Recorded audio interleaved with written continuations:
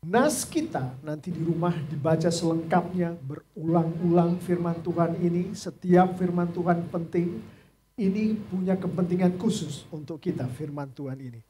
Yaitu dari 1 Korintus 1 ayat 18 sampai 31.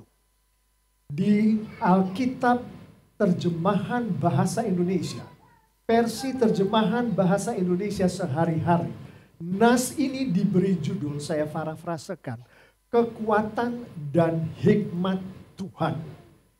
Apa itu kekuatan dan hikmat Tuhan?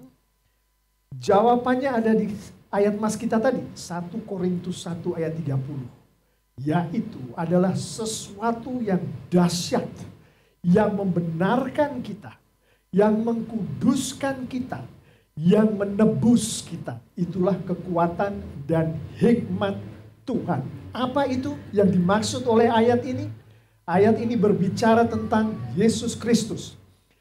Kristus adalah kekuatan dan hikmat Tuhan itu yang membenarkan kita.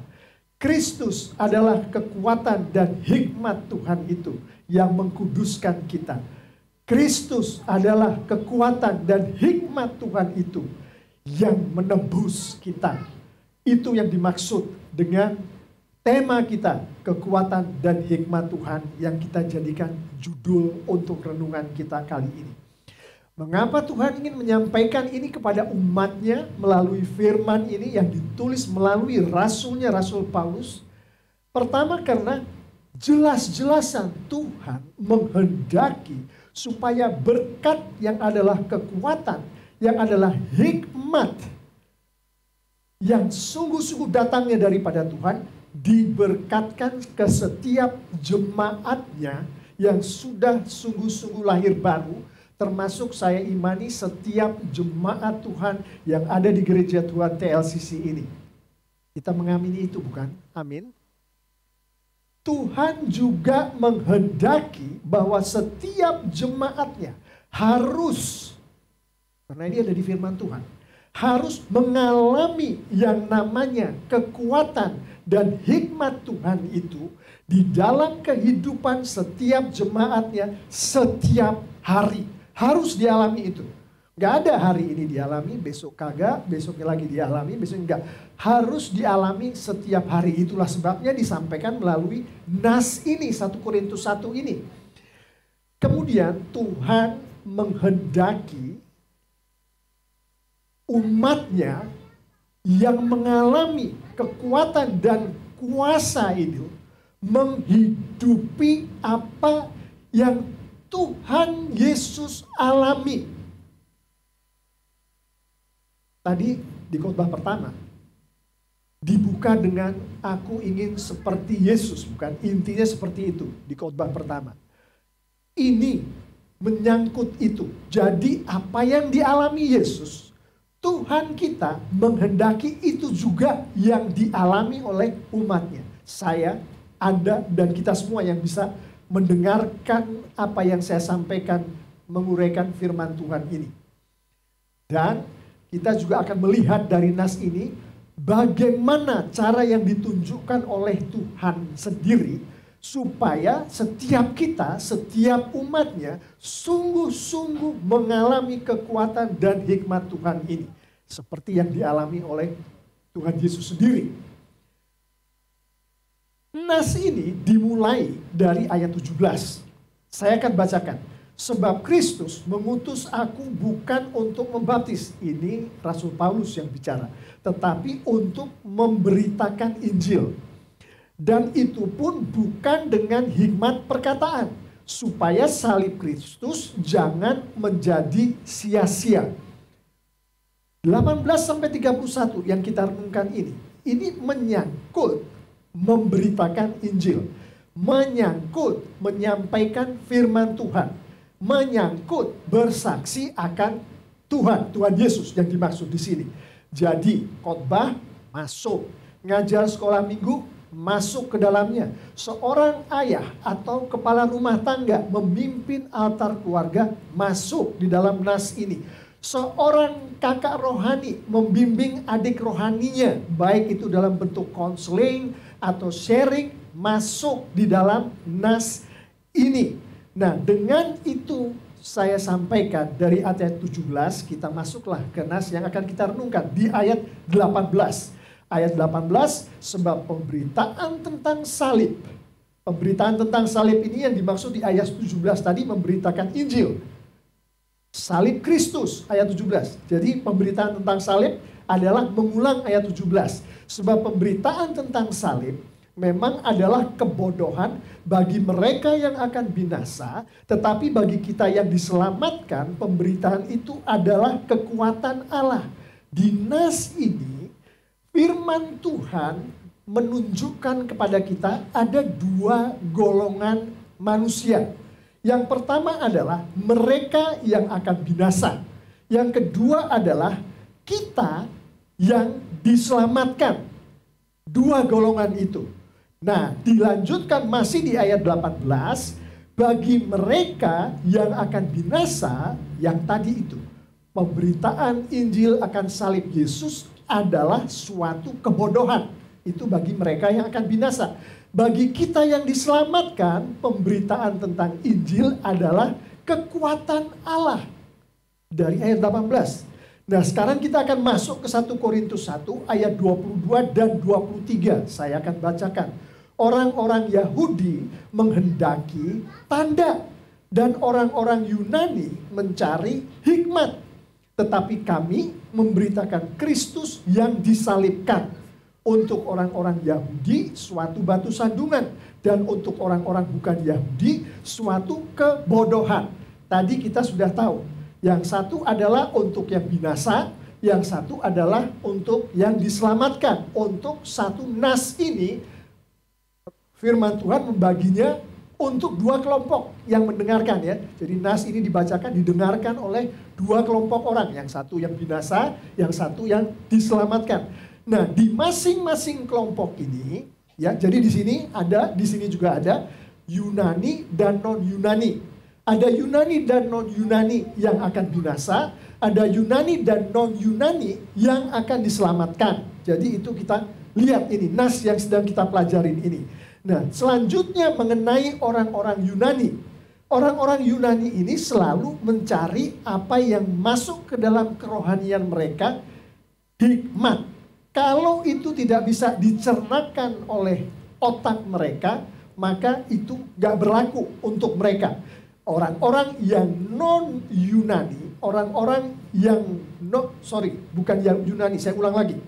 Untuk orang-orang Yahudi, nah ini orang-orang Yahudi dan orang-orang Yunani. Jadi Yahudi dan non-Yahudi. Jadi karena ini direkam di YouTube. Jadi perkataan Yunani tadi yang seharusnya saya bilang Yahudi, ini mengacu ke Yahudi. Saya ulang lagi. Orang-orang Yahudi menghendaki tanda. Orang-orang Yunani, artinya ini orang-orang non-Yahudi, dia mencari hikmat. Nah, kalau untuk orang-orang Yahudi, kalau tidak ada tanda-tanda dari suatu nubuat atau pemberitaan tentang firman Tuhan, gak berlaku itu pemberitaan.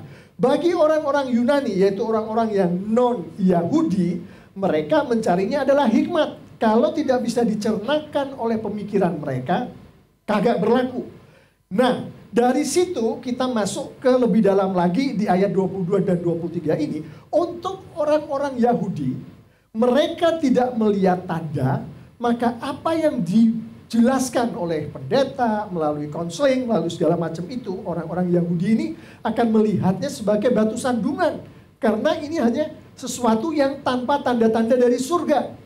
Merupakan batu sandungan untuk orang-orang Yahudi. Nah, untuk orang-orang Yunani atau orang-orang yang non-Yahudi ini, mereka tadi melihat hikmat kan, bisa dicernakan oleh otak atau tidak, bukan?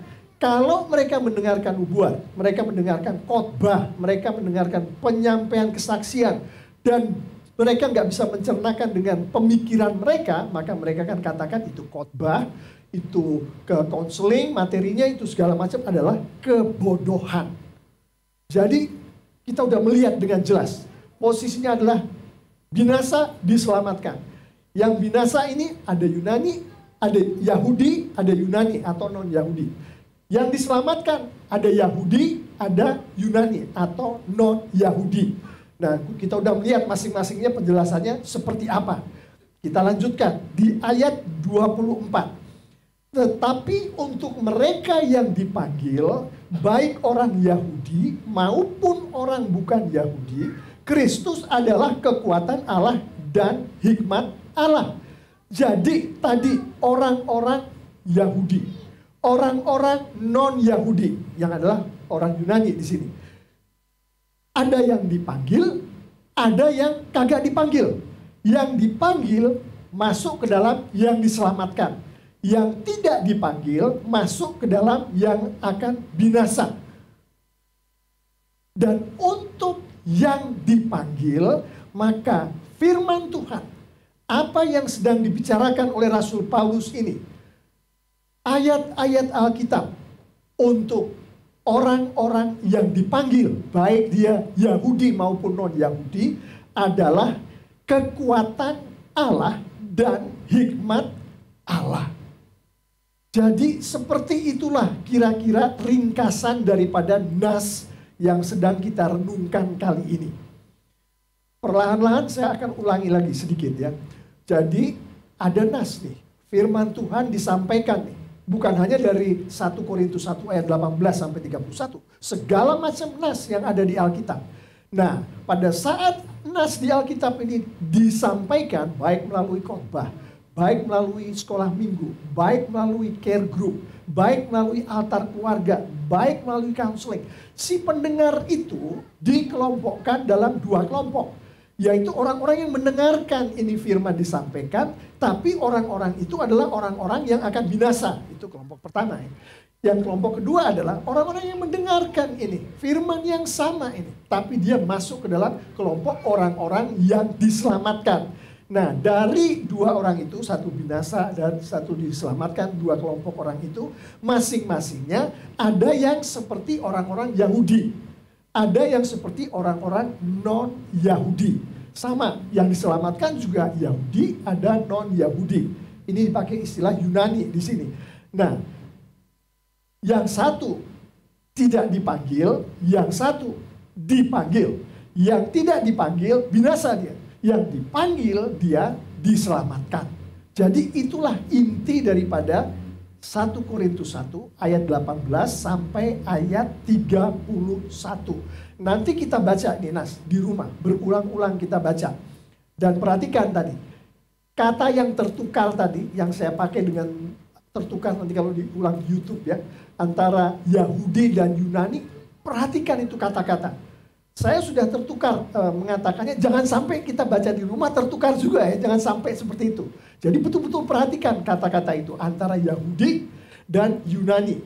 Yahudi dan Yunani ini adalah non-Yahudi. Bagaimana firman Tuhan di nas ini dengan jelas menunjukkan secara detail seperti yang saya sampaikan tadi. Selesai. Nas kita sudah selesai kita renungkan. Mari kita tutup renungan ini. Nah, saya mau menutup ini dengan beberapa poin yang sangat penting.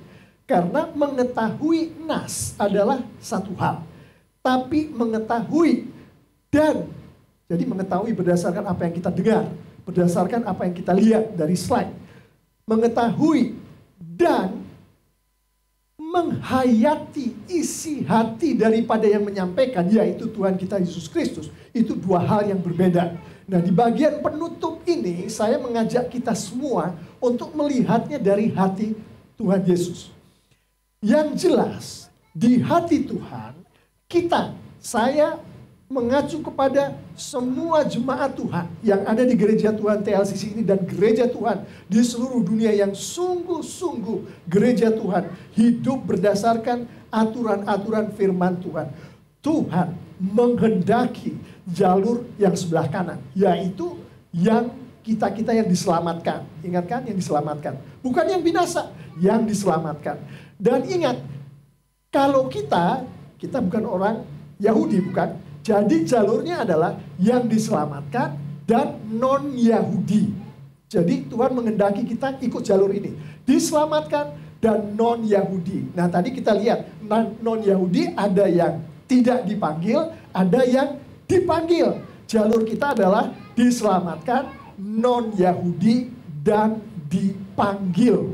Itu hati Tuhan. Tuhan menghendaki kita dari nas ini untuk kita mengetahui dengan pasti.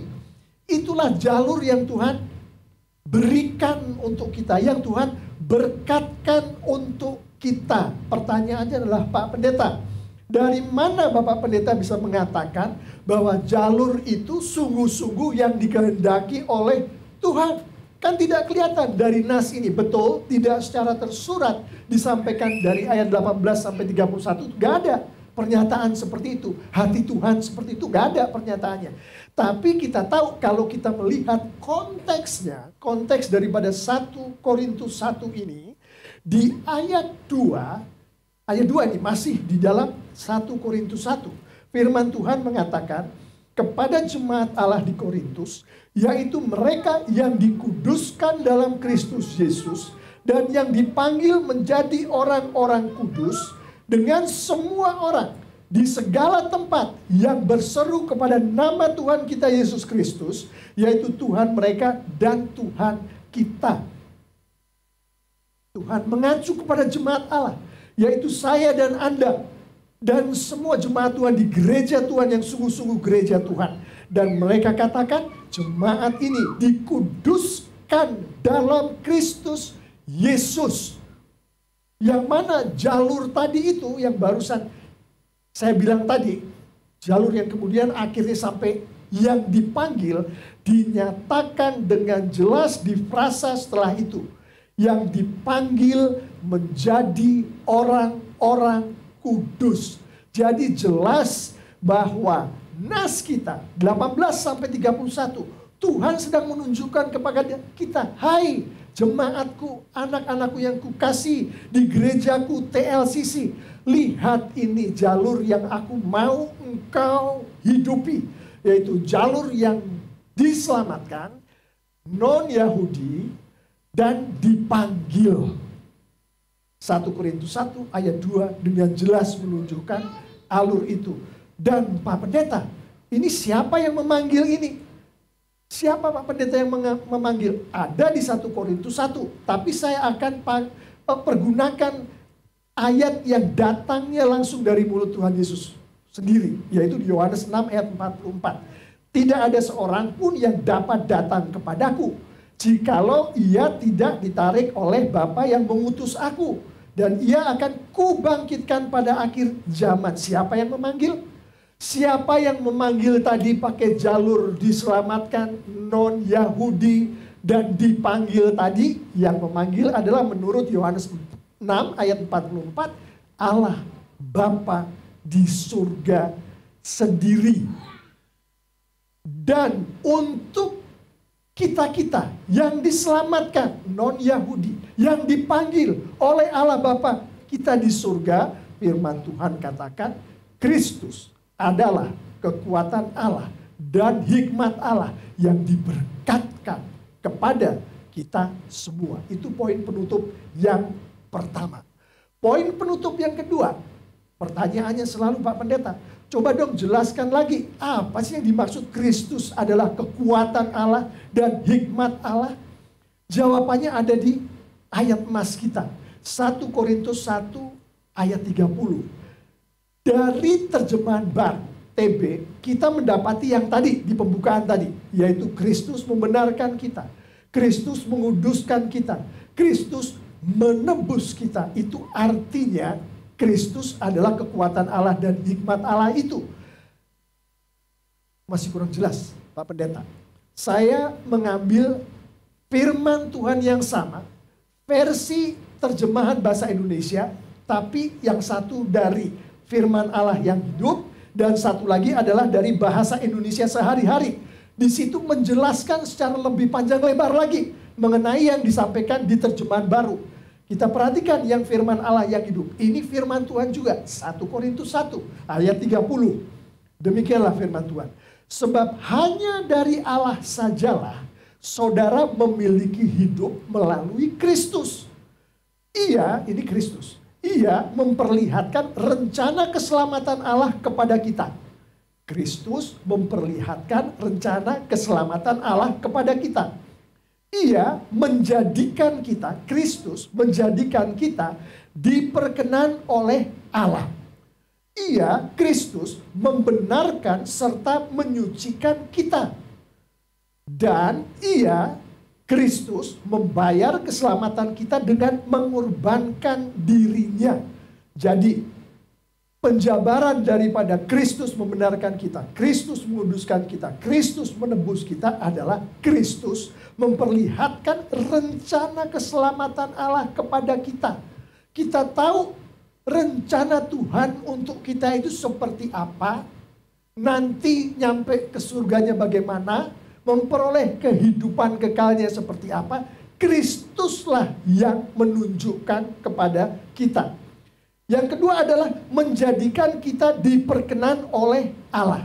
Manusia yang penuh dosa seperti kita, Allah berkenan untuk menerima kita kembali masuk ke rumahnya. Itu adalah karena Kristus. Dan orang-orang yang seperti kita ini, yang kita tahu penuh dengan kelemahan-kelemahan, itu dibenarkan serta disucikan oleh Allah karena Kristus. Dan di dalam melakukan semua itu, Kristus membayarnya dengan dia mengorbankan dirinya. Itulah yang dimaksud dengan Kristus adalah kekuatan Allah dan hikmat Allah. Oh Pak Pendeta, jadi udah jelas nih. Tadi yang 3 tadi diterjemahkan dan dijabarkan ke seperti yang disampaikan di firman Allah yang hidup. Masih ada sedikit keraguan-keraguan Bapak Pendeta untuk mengerti dengan selengkapnya. Baik, ada satu lagi versi bahasa Indonesia yang juga adalah firman Tuhan. Yang mana itu adalah bahasa Indonesia sehari-hari. Firman Tuhan demikian, 1 Korintus 1 ayat 30. Allah sendirilah yang membuat sehingga saudara bersatu dengan Kristus Yesus. Melalui Kristus kita dijadikan bijaksana. Dan melalui dia, yaitu melalui Kristus, juga Allah membuat kita berbaik kembali dengan dirinya. Dan juga melalui Kristus menjadikan kita umatnya yang khusus. Dan juga melalui Kristus membebaskan kita dari cengkeraman dosa yang dimaksud itu. Jadi semakin jauh lagi menjelaskan mengenai Kristus adalah kekuatan Allah dan hikmat Allah. Dari bahasa Indonesia sehari-hari adalah melalui Kristuslah kita memperoleh kebijaksanaan Allah. Melalui Kristuslah Allah membuat kita berbaik kembali dengan Allah. Melalui Kristuslah kita adalah umat yang khusus bagi Allah. Umat yang dikuduskan oleh Allah. Kita di TLCC. Dan melalui Kristuslah Allah membebaskan kita dari cengkeraman dosa, dari cengkeraman si jahat. Jadi itulah yang dimaksud. Kristus adalah kekuatan Allah, Kristus adalah hikmat Allah.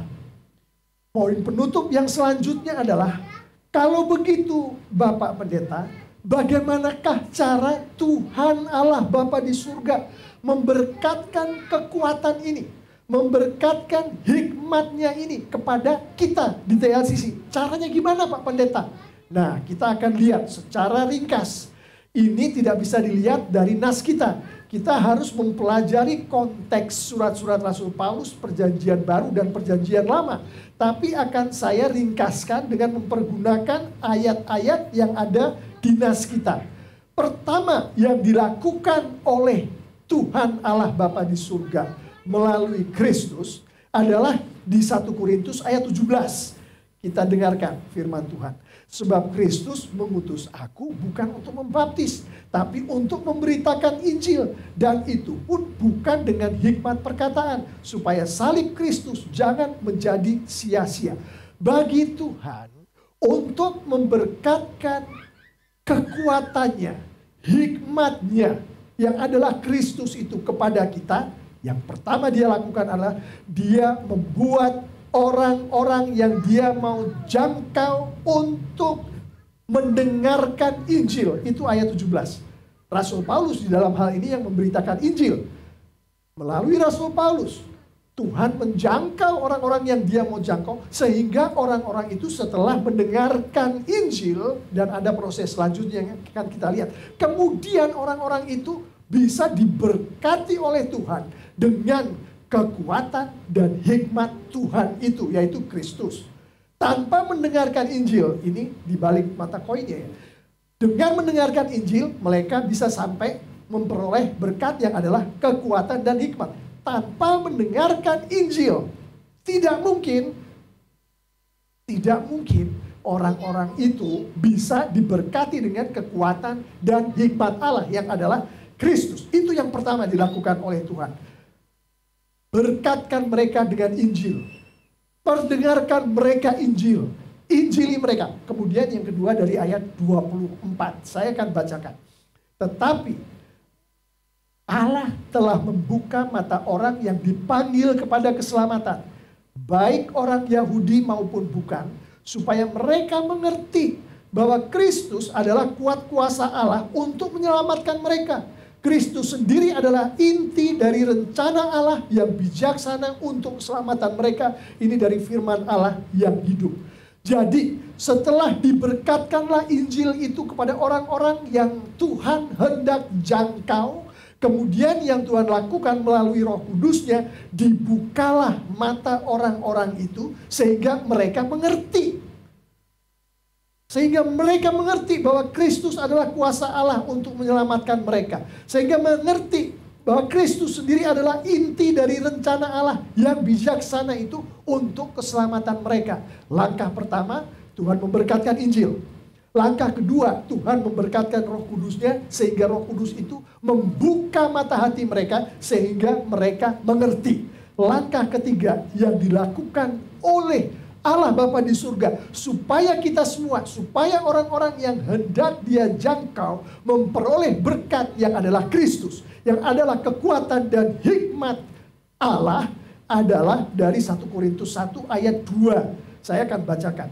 Kepada orang-orang Kristen di Korintus yang dipanggil Allah menjadi umatnya dan yang menjadi diperkenan olehnya karena Yesus Kristus, dan kepada semua umat Kristen di mana saja, yaitu yang berseru kepada Yesus Kristus Tuhan kita dan Tuhan mereka. Setelah diberkatkan Injil itu, setelah diberkatkan Roh Kudus itu sehingga pengertian menjadi milik mereka, mata mereka menjadi terbuka, yang kemudian Tuhan lakukan adalah membuat Roh Kudus bekerja di dalam orang-orang yang Tuhan hendak jangkau, sehingga orang-orang itu berseru kepada Yesus Kristus, Tuhan kita dan Tuhan dari semua orang yang Tuhan mau jangkau dengan Roh Kudus itu. 3 langkah. Injil diberkatkan. Roh Kudus yang membuat pengertian dan membuka mata hati daripada orang-orang yang Tuhan mau jangkau, Tuhan berkatkan kepada orang itu. Dan akhirnya Tuhan berkatkan Kristus sendiri kepada orang itu. Sehingga orang-orang itu yang Tuhan mau jangkau, dia berseru-seru kepada Kristus, kepada Tuhan melalui Kristus. Sehingga dia menjadi pengikut-pengikut Kristus. Itulah 3 hal yang diberkatkan oleh Tuhan kepada kita. Sehingga Tuhan kemudian sampai ke poin di mana Tuhan memberkatkan kekuatannya, Tuhan memberkatkan hikmatnya kepada kita semua. Terlalu sulit Pak Pendeta. Saya biasanya ke gereja, mendengarkan firman Tuhan, pokoknya yang penting saya percaya pada Kristus. Terus dari situ saya akan menerima berkat-berkat seperti yang dijanjikan oleh firman Tuhan. Gak ada yang namanya langkah kedua itu. Saya harus mengerti firman, dibukakan pengertian saya. Mata hati saya gak perlu yang itu. Yang penting saya di gereja. Ya kan?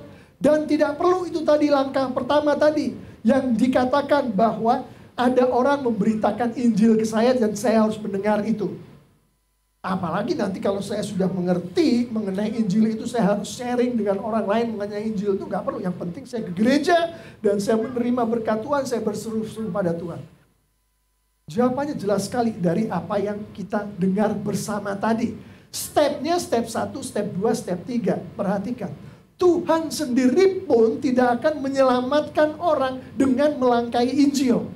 Kalau ada orang bilang, saya orang Kristen, saya nggak ngerti Injil, nggak pernah baca Injil, nggak pernah baca Alkitab, nggak tahu firman Tuhan, keselamatan itu datangnya, saya katakan lagi, keselamatan itu datangnya bukan dari Tuhan. Nggak tahu dari mana. Karena sudah jelas, Tuhan pakai 3 step itu. Dimanapun kita lihat, di perjanjian baru, di surat-surat Rasul Paulus, Yohanes, Petrus, stepnya sama. Seperti itu. Pengutaraannya bervariasi. Stepnya intinya adalah sama. Poin penutup yang terakhir adalah kita dengar sendiri tadi. Bahwa kekuatan Allah dan hikmat Allah yang disampaikan melalui firman Tuhan ini tidak dapat dimengerti oleh manusia dengan, nah ini saya akan bacakan. Ayat 24. 1 Korintus 1 ayat 24. Karena ada tertulis, aku akan membinasakan hikmat orang-orang berhikmat dan kearifan orang-orang bijak akan kulenyapkan. Artinya apa?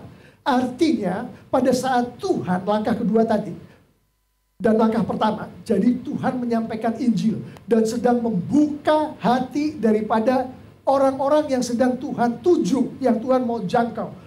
Itu tidak dapat dimengerti melalui hikmat dan tidak dapat dimengerti melalui kearifan. Itu ayat 24 1 Korintus 1 terjemahan baru. Nah, saya lengkapi ini dengan dari firman Allah yang hidup dan bahasa Indonesia sehari-hari. Jadi, kalau kita mau menerima berkat yang adalah kekuatan dan hikmat dari Tuhan itu, kita tidak bisa menerima itu dengan cara mengerti firman Tuhan melalui hikmat kita sendiri, melalui kearifan kita sendiri sebagai manusia, melalui kemampuan otak kita untuk mengolah firman Tuhan, melalui yang namanya pencerahan, melalui kita mengerti firman Tuhan itu dengan pengertian otak kita sendiri. Bahkan yang tadi kita baca melalui tanda-tanda, melalui apapun juga tadi yang dibilang oleh Rasul Paulus untuk menunjukkan bahwa bukan seperti itulah untuk mengerti firman Tuhan. Sehingga Tuhan memberkatkan kepada kita kekuatannya dan hikmatnya. Lalu bagaimana mengertinya Pak Pendeta? Kalau kita tidak bisa mengerti dengan hikmat kita, pengetahuan kita, kearifan kita, pencerahan kita, pengertian otak kita, kita nggak bisa mengerti firman Tuhan itu dengan itu, lalu bagaimana? Jawabannya ada di 1 Korintus 1 ayat 21. Saya akan bacakan. Ini dari bahasa Indonesia sehari-hari karena lebih mudah untuk ditangkap. Karena bagaimanapun pandainya manusia, sehebat apapun otak kita, sehebat apapun logika kita, karena bagaimanapun pandainya manusia, manusia itu tidak dapat mengenal Allah melalui kepandaiannya sendiri. Ini firman Tuhan yang katakan, bukan penafsiran saya. Ini ada di 1 Korintus 1 ayat 21 dari bahasa Indonesia sehari-hari. Saya ulang, karena bagaimanapun pandainya manusia, pandainya kita, manusia itu tidak dapat mengenal Allah melalui kepandaiannya sendiri. Tetapi justru karena Allah bijaksana, maka ia berkenan menyelamatkan orang-orang yang percaya kepadanya melalui berita yang kami wartakan, yaitu melalui firman Tuhan, melalui Injil yang Tuhan berikan untuk kita semua itu. Melalui berita yang kami wartakan yang dianggap oleh orang-orang yang dianggap omong kosong oleh dunia. Kata intinya adalah percaya kepada berita yang kami wartakan. Percaya kepada Injil. Percaya kepada firman Tuhan. Percaya kepada Alkitab. Jadi bukan dengan kepandaian, bukan dengan hikmat, bukan dengan kearifan, tapi dengan percaya. Dan itu adalah bagaimana Tuhan menghendaki kita mengerti firman-Nya dan bagaimana Tuhan nantinya akan memberkatkan kepada kita kekuatan dan hikmat-Nya, yaitu Kristus. Penjelasannya adalah ada di ayat 23. Di ayat 23 dikatakan, tetapi kita ini hanya memberitakan Kristus yang mati disalibkan. Bahasa Indonesia sehari-hari. Saya ulang. Tetapi kita ini, firman Tuhan berbicara mengenai Rasul Paulus di sini. Dia sebagai seorang pemberita Injil. Tetapi kita ini hanya memberitakan Kristus yang mati disalibkan. Digabung dengan ayat 21, ayat 23 ini bunyinya adalah percaya akan Kristus. Itulah caranya untuk mengerti firman Tuhan. Percaya bahwa Kristus adalah Tuhan. Itulah caranya untuk mengerti firman Tuhan. Percaya bahwa Kristus mati. Percaya bahwa Kristus disalibkan. Percaya bahwa Kristus bangkit. Percaya bahwa Kristus adalah juru selamat. Itulah cara kita mengerti firman Tuhan. Saya mau menutup dengan contoh ini untuk menutup bagian penutup ini. Tadi pagi di khotbah pertama dibicarakan mengenai jangan khawatir, bukan? Firman Tuhan katakan jangan khawatir. Saya parafrasekan. Jangan khawatir, Tuhan akan pelihara kita. Kalau orang membaca itu dengan pemikiran dia, jadi apa yang ada di dalam otak mereka, dengan kearifan, kebijaksanaan dia membaca itu, dan perbandingan yang dipakai di situ adalah bunga, adalah burung, itu mereka nggak akan nangkep, nggak akan nyambung apa hubungannya bunga dengan burung dan dengan kehidupan saya. Apa hubungannya? Kan kagak ada hubungannya sama sekali. Burung hidupnya di dalam ekosistem dan habitat burung. Bunga hidup di dalam ekosistem dan habitat kita. Kan kita pakai otak nih ya. Jadi ada habitatnya, ada ekosistemnya.